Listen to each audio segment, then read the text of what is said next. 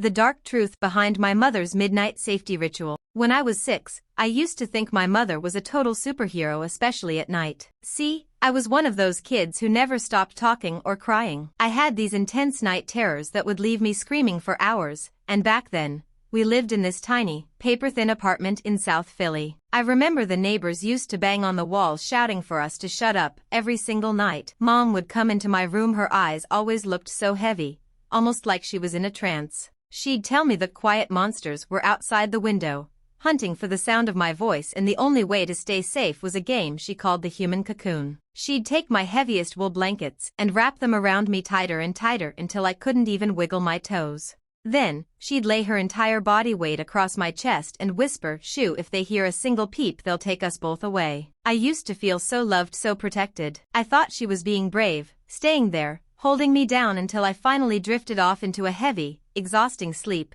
But last week I was tucking in my own daughter. She was being fussy, crying because she lost her favorite stuffed animal, and for a split second, I felt this flash of pure, white-hot frustration. My head started spinning from the noise. I looked at her heavy quilt and suddenly, it all came rushing back. The way Mom's grip would feel like iron, the way I'd have to gasp for those tiny, shallow breaths while she pinned me down. I realized Mom wasn't hiding me from any quiet monsters. She was the one who couldn't take the noise anymore. She wasn't protecting my voice, she was extinguishing it. She'd wrap me so tight I couldn't even expand my lungs, literally crushing the air out of me until the lack of oxygen forced my brain to just shut down. Wasn't sleeping safe, I was being forced into a blackout just so she could finally have some peace.